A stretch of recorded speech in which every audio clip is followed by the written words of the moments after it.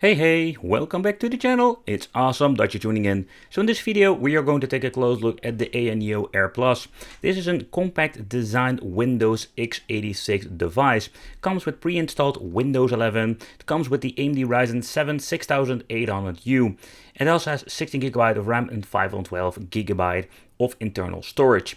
So I find it a very interesting thing to check out, and the main reason I have checked out the bigger model, and that one was quite powerful and had a lot of option when it comes to specifically for emulation and also like AAA gaming. But this device is smaller and it comes with some different problems than I had with the bigger one. So first of all, we're going to talk about everything that we're going to get with it. This comes with a quick charger, just your normal quick charger, 65 watts, nothing really fancy. Inside the box, we're going to get every single necessary piece of hardware that we're going to need. Think about Type-C to USB, but also, I'm not going to get this thing out, but you're getting the point. We're going to get ourselves the adapters. Everything will be delivered with the AMD Plus. In here, we're going to get ourselves the cables that we're going to get. We don't get every single cable. We do have only one of them, so you need to purchase a couple of them more if you want to have different configurations. Think about a Type-C to Type-C or USB to Type-C. But everything that we're going to need for plugging it in, charging it up, it will be here. The presentation of the AMD Air Plus is absolutely amazing. I really loved what they're doing over here. It just gives me like this premium feeling. Every single manual is in here, so if you have any questions, read the manuals. I personally don't do that most of the time, but here it will find every single information that you're going to need, how to set it up and how everything works. The AMD device is absolutely compact when you're looking at the previous model. Later on, we're also going to do side-by-side comparisons. And I must say, the first impression when holding it in my hand, this thing is very comfortable, but does come with a very nice weight to it, or a nice weight. We're going to need to go to the gym back because, oh man, I'm going to need it. Lift some weights because this thing is quite heavy compared with your typical Android device.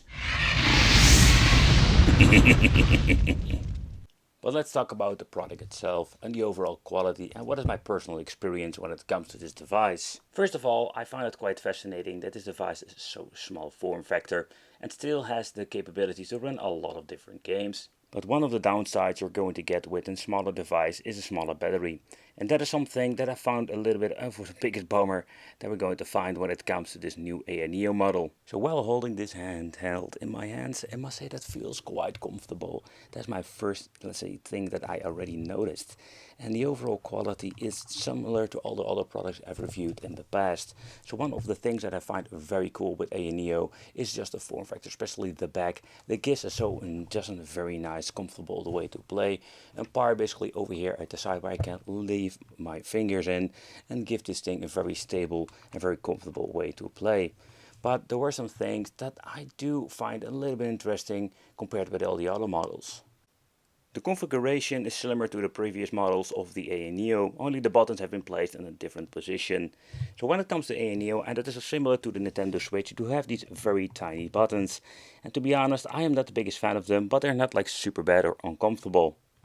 What is also very interesting is the joystick they're using. You can see at the side they have these extra rubber compound with a grip, and it's very comfortable. The form factor is absolutely great, but what I noticed is it does have like a very nice tension to it when it comes to the travel, but also the travel is quite short. So the overall experience is quite different when looking at different handhelds I've reviewed. The overall quality of the buttons is absolutely great. Not the form factor, yeah, it's tiny, that's one thing to be sure, and comparing them with my very thick fat finger, yeah, it's not going to be the most comfortable thing to play. But when you're pressing it, you can just feel these long travel membrane buttons are very nice. Another part I personally really liked about this new AMD is just the D-pad and how it feels and plays. It has a very nice, really cool smushy effect to it. I really love how this actually plays. It does like a very long travel, but I can tell you playing fighting games I had no problems whatsoever. And underneath they made a decision to put all the other buttons where we have different and bigger models, they put them mostly of the side over here. It's not a big of a deal, they give it a different position, and these buttons are pressing start, select, and of course bringing on the AMD like menu itself. So in overall the form factor and the button placement is absolutely great. I have no problem whatsoever using the D-pad or the analog stick, because the form factor, everything has been squeezed together, and that is, let's say, not a really bad thing to be honest. But how will that basically hold up against, like I say, an Odin? An Odin having a similar kind of a style. The only big difference that we're going to get when you're looking at the Odin, this thing is very slimmed down and you have these very nice grip at the side. I also find this a very nice, very cool like device, but I must say that even this thing is heavier and also as thicker. This thing plays so much more comfortable when it comes to the Odin, for example. Even these things have a lot of similarities when it comes to the button placement and stuff like that. But the weight itself of the Odin is 372 grams. And when we're going to get ourselves like the beefy other device, there we're going to get ourselves 516. So it's not a huge difference, but I can tell you need to go to the gym and train some hands because you're going to need it. And for a very long play session, yeah, you're absolutely going to be having the feeling that you're holding something heavy. So I think this is absolutely one of the sweet spots when it comes to the Odin. 350, 400 grams. Above that, you're going to absolutely feel it over time when you're going to play for a very long time. So where this new model is over 600 grams and it's maybe the heaviest and the biggest of them, I think, and also a thing you need to take consideration when a device is getting bigger, sometimes it's even more comfortable to hold, and that is the thing that I've noticed with these two. So when you're looking at this particular model, it's absolutely great, but because of the form factor, it's smaller, you need to hold it differently, then the weight is also important when it comes to that. But what are we actually going to get more? At the bottom we're going to get ourselves different connections and the stereo speakers. To begin with, the stereo speakers, they sound absolutely amazing.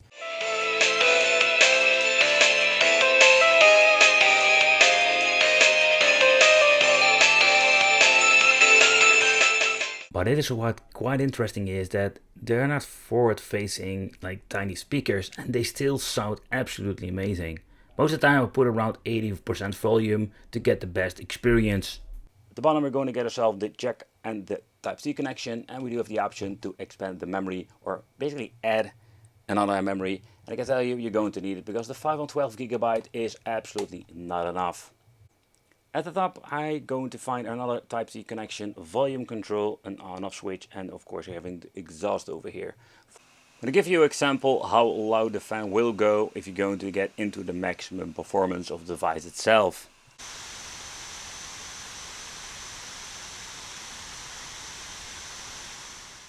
And here we're going to find the fan itself, and here we're going to get yourself the fresh air for cooling the device. The biggest downside I find already is that we're only having two connections or Type-Cs to connect ourselves hardware. It's a little bit of a bummer, but there is a way around it. But also let's talk about what kind of stuff that we're going to need for setting it up, and makes this way more easier to do. Okay, so the first thing I already mentioned is getting yourself an SD card. The SD card can be used, in total we have like 1 terabyte, yeah, 512 extra. It will give you the option to install a couple of games. 1 terabyte drives or SD cards are absolutely crazy expensive now. So that is one of the things, if you're going to get yourself like a 1 terabyte SD card, the cheap ones go around 100 and more. The option, and that is something I'm going to use a lot, is going to use this extension. So what we're going to get is a Type-C connection over here, and we'll convert it to another Type-C. And with the Type-C we can even charge it, have two USB 3.0. We have even like bigger ones if you want to. The option to add a micro SD card, and of course if you want to data transfer. And of course we're having the HDMI connection, so you can use this thing actually like a freaking docked device. Another thing is, and I will also maybe going to use this in this video, I am using 2 terabyte Samsung 3.2 USB. It's going to be super fast. They are way more affordable when it comes to the SD cards. This is more like a convenient thing. Let's say you're going to stack up a lot of big games. Forza Horizon 5 is alone, like I think it was like 150 gigabyte. If you're going to install all the big boys in here, you can just basically plug it in at the bottom, add it to your library, and you can bring all of your games with you. Alright, so next up, let's plug in the Type-C connection, because we're going to charge it. That is something you're going to do a lot with this device, because the battery life is quite of a bummer. I really love the LEDs underneath the joysticks. It will indicate that the system is charging. Charging time is not very long, but the same goes also for the battery life. So when looking at the device itself and checking out how much wattage you're going to need for a certain game, the battery life is not great. I think that is the biggest downfalls of these, let's say, smaller models. Less space, more heat, and we're just going to get a less lifespan when it comes to the battery. But let's boot it up and talk about the software and what you can do with it. So to begin with, it's a very easy navigation when it comes to a combination of the touchscreen. Already mentioned before, I recommend using a physical keyboard and mouse for setting everything up. So this is the Agent Neo, the program they're getting with the device itself. This is more like an all-in-one product than what you're going to get with the product and software combined. You can just easily like boot up your games. When clicking on it, will automatically boot up into, let's say, the Steam. You do have some cool like backgrounds that automatically will be downloaded. But what you're also going to get when pressing the tiny buttons or the hidden buttons over here. The right one doesn't do anything, but pressing the left one, we're going to get ourselves the keyboard. So in combination with the, let's say, digital keyboard and the touchscreen, we can do all kinds of cool things, and it is very convenient. Another thing, yeah, when you're going to use, you better set, so far I understand you need to use this software, pressing the button here at the right, we're going to get ourselves the special AMD tool. I really love this. The AMD tool will give you the option if you want to mess with the fan, you want to adjust the brightness, the resolution, or in this case you want to pull more wattage from the battery and getting better performance, especially when it comes to AAA games. Another thing you can do with navigation, you have all kinds of like launchers, but you can also use the big picture mode when it comes to Steam itself. With the new interface, looks kinda like the original Steam Deck. This thing is absolutely great, combined with the original big picture mode.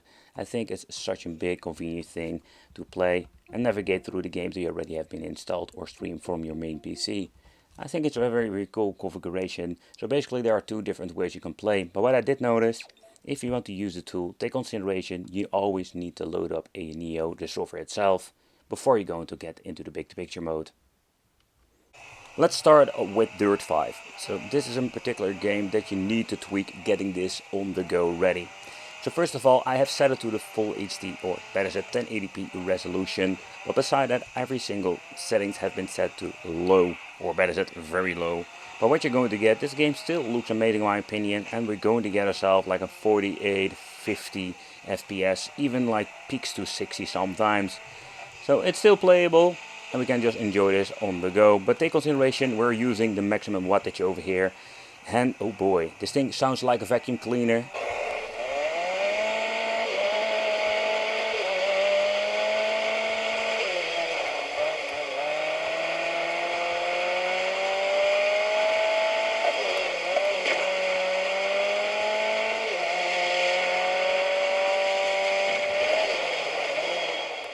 But if you want to get out of the game, there are different ways. One of the ways I really love to do is pressing the button over here. Will bring you back to the desktop. You can hold the icon of Dirt 5 here, if you're going to manage to get it right the first time, and just close the window or close the game this way. Super easy, lemon squeezy, and this way you can just remove the game from your gameplay session and just go to the different game you want to play. For some reason, when it comes to Sonic Mania, it always shows this very tiny, annoying Venster. And this is the thing that every single AMD does at that moment. I've tried it on different products and don't have this same issue. So let's see if I can manage to get the full screen. No, it doesn't go full screen. There's some weird stuff going on. There we go. And let's get into the full screen mode. Let's see if I can fix the issue permanently. So another weird thing when it comes to the software itself, so when I'm pressing the A, you do have this issue that I can't get into the menu. Here you can see like it has been disabled. See, you can see that it's actually jumping, so it means that it does have an input. But here comes the weird part when I'm closing down Neo software. So let's close that. There we go.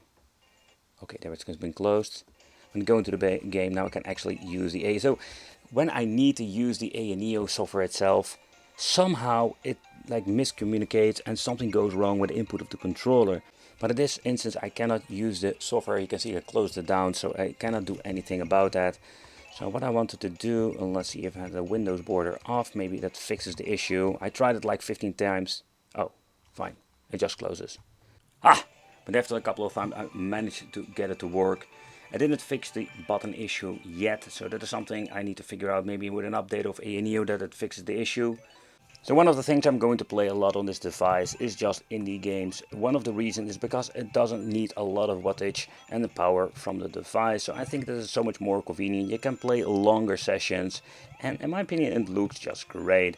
Another thing is the D-pad. I love it. Just gonna be honest, I love this freaking D-pad. It is so very comfortable to play when it comes to these games. It's even more an old school retro feeling than the analog stick, but both have been placed in a very good position.